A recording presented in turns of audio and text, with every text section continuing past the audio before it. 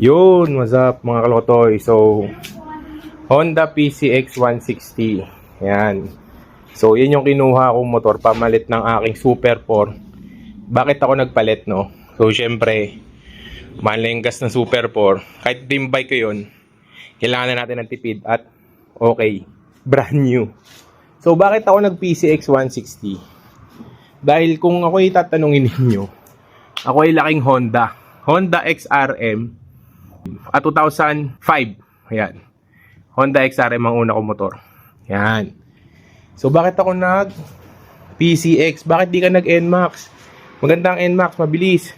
Ayan. Hindi ko po kailangan ng bilis. Kasi, bike lang to. Scooter. So, kailangan natin, pag naka 80 ka, goods ka na eh. So, ito kinuha ko kasi stylish. Unang-una, nung sinakyan ko tong PCX 160, malaki siya. So, malaki siya tignan for me. Kasi yung NMAX, hindi. Ito kasi yung nakikita nyo yung flarings. Yan. Pa-V. Malaki. Pansinin nyo yung NMAX. Parang pa-flat lang siya. No offense Kanya-kanya tayong ano. So, kaya din meron din siyang HSTC. Ayan, traction control. So, di na natin kailangan i-elaborate yan. Madami naman nagaganyan. So, sabi nila ano bang classification ng new model ng PCX. So, new model ng PCX ay may 160 na siya. Yun lang yun. And, kaya ko rin siya nagustuhan dahil may lagayan ng tubig. Kasi yung tubig ng Summit. Ayan. So, yun nga lang sa mga wala siyang lock, yun lang.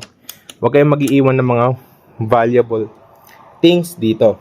And, meron na siyang built-in charger. Ayan. So, yun yung aking unit. So, 1 month ko na siyang gamit. At okay naman siya. Tapos, kaya ko rin siya nagustuhan. Kasi LED na rin siya. And Honda is Honda. Alam niyo naman yan. So, basta larangan ng motor, Honda is Honda. Tapos, nagustuhan ko siya kasi sa LED na yung lahat. Yan. Tapos, pangalawa, kaya ko siya nagustuhan. Kasyang-kasya po ako rito. 5'10 po 5'11 ang height ko. 115 kilos. Pati yung anak ko, kasya dito. And then, yung panel nito, dal laki. Papakita ko sa inyo ngayon. Ayan. So, malaki. Tapos naka-on pa yung mga high natin. So, i-start natin siya ngayon. Ayan. So, ang tinakbo pa lang ng aking PCX ay kung nakikita ninyo ay 244 km. So, ano ba yung T? Traction control. Yung ABS yan. So, basic na lang yan sa inyo. Hindi ako reviewer na magaling mag-review ng motor. So, yun lang akin. Tapos, side mirror para sa akin, goods kasi ang laki. Ayan. Yan yung PCX 160. Okay naman siya pang daily. Yung ilaw niya, okay din. Ayan, not LED. Stylish siya kung tawagin. Para sa akin, classy. So, kung tatanong bakit hindi red kinuha ko, preference ko kasi yung black kasi ako. Dapat yung red kasi merong matte red. So, para sa akin, okay siya. Ayan. So, yun yung aking kinuha, PCX. Tapos, ayan, meron pa akong input. PCX na gustuhan ko. Keyless. Tapos, lagay mo lang siya dyan. Pinutin mo yung seat. Ayan. Okay na siya. Pinutin mo yung seat. Ayan. So, ang laki. Ang lock. Kasya yung tumbler. 3 months pa pala ang PCX na change oil. Bumili na ako pati gear oil. Pahiya tuloy ako sa shop. Ayan. May mga items na ako. So, yun ang gusto ko. Kasya halos. Nagandaan lang ako sa PCX kasi syempre, Honda siya. Tapos, meron na siyang ESP Plus. Enhanced Smart Power Plus. So, yan yung nakikita nyo bago-bago pa niya lang dirty. Pero nilinisan na namin yan. Prone nga lang talaga yung mga bike na ganito sa gas-gas. Ayan. Yan din. Kaya black din kinuha ko kasi parang may mga glitters-glitters siya. So, goods naman tong motor na to. So, yung tires natin, yan. Basic 130/70/13. Yan. So, plano ko siyang palitan. Plano ko mag-upgrade ng mags. Ano mang lalagay natin? G-Ren Android. So, yun ang bala kong ilagay. Okay? So, kung Sa center view, yan. Pag nakaganto na ako sa center view, hindi ko na nakikita yung speedometer ko kasi naharangan itong malaki kong Motowolf. So, yan yung mga binili kong upgrade dito. Motowolf na ganitong klase. Ayan. Cons nito agad, sabihin ko na sa inyo. Medyo maingay siya. Pwede naman kagaya ng iba na maingay na maingay. Second upgrade, eto. Meron tong bakal. Kasi ito nananakaw to eh. Pag hinila mo tong paltak, nakaw na to. So, bibili ka na. Bumili lang ako ng braided cable. Okay, basic. Tapos, ano pa bang binili ko dito? Second item na binili ko din is tong key fob. Ba't ako bumili ng key fob?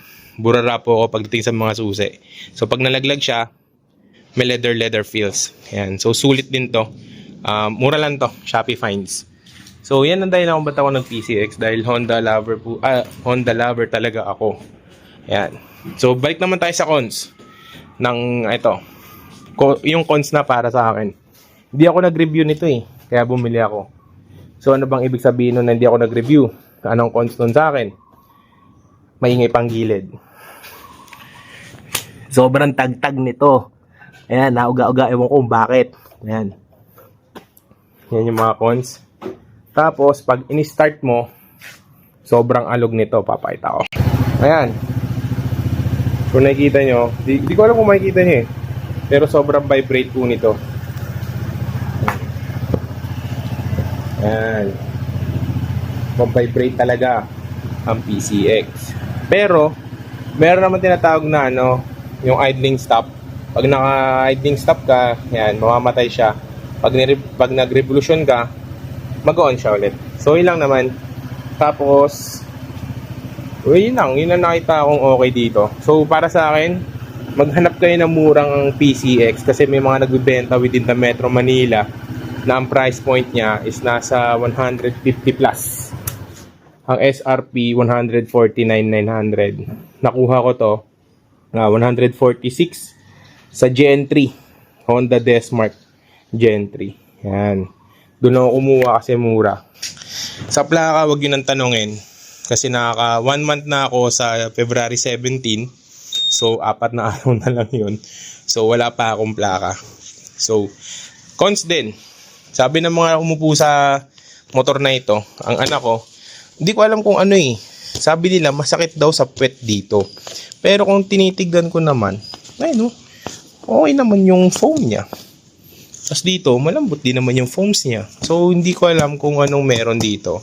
Bakit siya masakit daw sa puwet. So, not sure about that. Tapos, kagandahan din ng Honda, yung plastic. Bakit?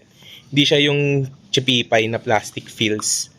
So, every single detail is maganda. Even ito, okay. Ito, okay. So, Honda is Honda talaga when it comes to quality. Yun nga lang, mabibrate. Hindi ko alam kung bakit siya mabibrate. So, sabi nila mga nagkasamang PCX, issue daw yun. Or ganun na daw talaga. Hindi siya mabibrate pag arangkada ha, dahil bago pa, di ko pa natatry yun. Mabibrate talaga siya pag naka-idling ka sa traffic light. So, yun lang naman. Ang cons ko, ito, madami nagsabi kahit yung anak ko masakit daw dito. Ayan. Pangalawa, hindi siya kagaya ng Bergman na sobrang haba ng footrest mo. Para sa 511, saktuhan lang yan siya. Tapos, madami nagre-reklamo sa Bergman. Maliit ang gulong. Ito din naman, maliit eh. 13 lang din to. 14 yung front. So, madami nagre-reklamo regarding doon. So, pares lang. May kanya-kanya silang mga specifications na So, abangan nyo yung susunod na upgrade ko. Papalitan ko yung shocks ko, yung mugs ko, harap likod. Ayan. Yan yung kailangan kong palitan. Kasi di ako komportable sa shocks. Ang sakit talaga niya sa likod. So, yun ang dahilan ba't ako nag-PCX. Dahil Honda is Honda. Yun lang, wala naman technicality. Bakit siya gusto ko. Sabi din ng iba, matipid. Pero nakita nyo naman. Pakita ko ulit.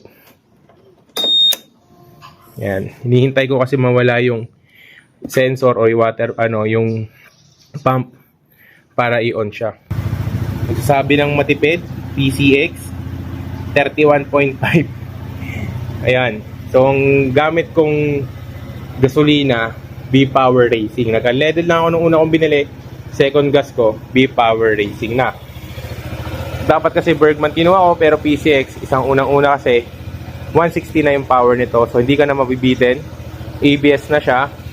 Front lang front. Tapos, ano pa ba? Tahimik siya pag ini-start.